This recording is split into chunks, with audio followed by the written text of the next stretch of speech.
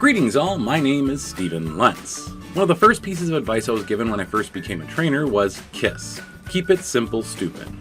Some people like to use the alternate version of keep it stupid simple to make it sound less offensive, but really it's about taking ownership of keeping things simple. Not to get too preachy, but to me, keep it stupid simple sounds more offensive, as though your target audience is stupid, therefore you have to cater to it. And it takes away responsibility on you, the trainer, the instructor, or the leader, to keep things from getting overcomplicated. To be a good trainer or leader, you must be open to the concept of humility. This is where the stupid comes in. We're all human, and we need to be reminded of that fact. So the stupid is in reference to you taking ownership of keeping it simple. As Socrates said, the only true wisdom is knowing that you know nothing. Funny story, when making these videos, I typically start by typing up some sort of a script that helps me organize my thoughts and keep things sorted and simplified. So what I found particularly funny about this is that I was starting to make it overcomplicated. Definitely not keeping it simple, stupid. So what you're seeing now is actually based off of a rewrite that I did of the original script that was getting overcomplicated. There's a lot of good information in it, but I realized I needed to trim it down. It happens, and you just need to be cognizant of that fact. Even in my last video about my purpose, I found myself spending a lot of time on the drawings and the animations that I was missing the whole point of keeping it simple so I can make more of these videos. So before I go down that path again, let's get into the meat and taters of this. So I have two major points that I want to cover. 1, set a goal and purpose. 2, less is more. The cornerstone of keeping it simple is having a clearly defined goal and purpose. There's nothing wrong with jotting down all of yours and other people's ideas and thoughts on the subject.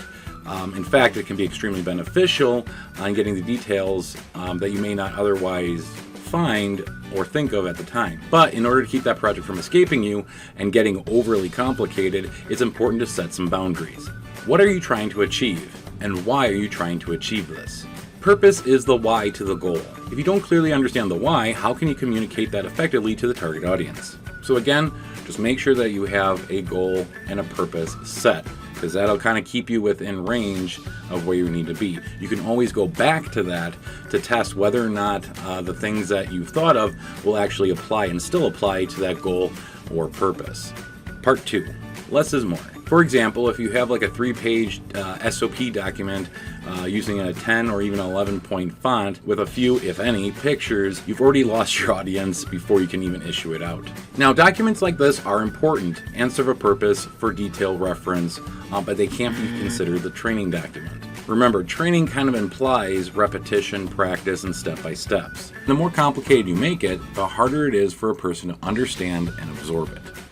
We call things training documents or SOPs, but they're not always used in the most effective manner.